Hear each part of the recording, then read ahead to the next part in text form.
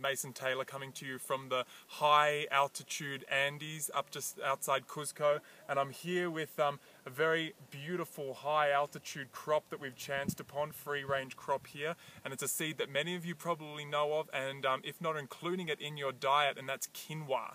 It's one of my favorite foods. It's just taken the world by storm, and it's a food that it's really prominent here, and it's an ancient crop. It's one that sustained the mighty Incan Empire, and it's one that they took with them where they went and cultivated it because it was just so high in nutrition, and the fact that it's a complete protein and very high in calories means it can sustain a population. It can sustain a family, and it can sustain a person in the metabolism, being very high in fiber as well.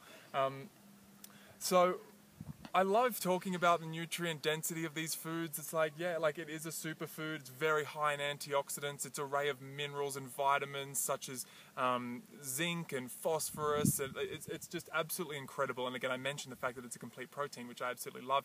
And it's also a seed and a kind of like a starchy, like that bit that you can add to a meal like rice or pasta. It's got that grunt and can fill you up, but it doesn't have any gluten. That's one of the reasons why it's become such a huge industry, quinoa, and why it's like it's nearly becoming a food staple in most Western kitchens, because everyone's dealing with being fed these really detrimental grains, you know, like such as hybridized wheat and hybridized barley that have been taken away from their original heirloom variety, where there's only a little bit of gluten that isn't detrimental to people even with intolerances. And what it's done is it's created a lot of leaky gut. We've got a lot of gut issues, and so people are looking for options where you don't have to include gluten in their diet, and quinoa is one of them.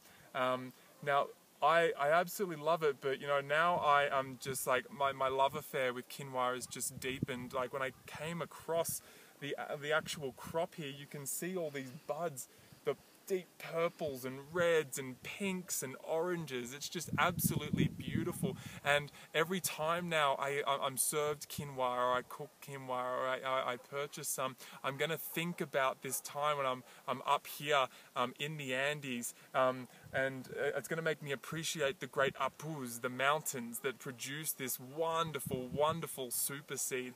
And so I hope you can get the color spectrum. I don't think you can quite actually appreciate how bright and vibrant it is, but when you get quinoa on your plate, just take a moment to think of this place, the beautiful colors, the land that it comes from, the Incas that cultivated it, and the people here, the Peruvians, that continue to cultivate it and cultivate this beautiful crop in such a beautiful way, without fences. You know, so it's free range. It's not locked in. So that's just why you can see that it's still so hearty, and it's why it's such a hearty food. So I hope that when you eat some quinoa, that beautiful complete protein super seed that has no gluten in it, you can think of this place and you can give thanks to the Andes, and you can give thanks to these mountains, the Apus. I know I certainly will. I'm Mason Taylor, coming to you from a quinoa crop, and please like this, share it, subscribe, and I'm going to be bringing you more videos very soon. Thanks. Bye.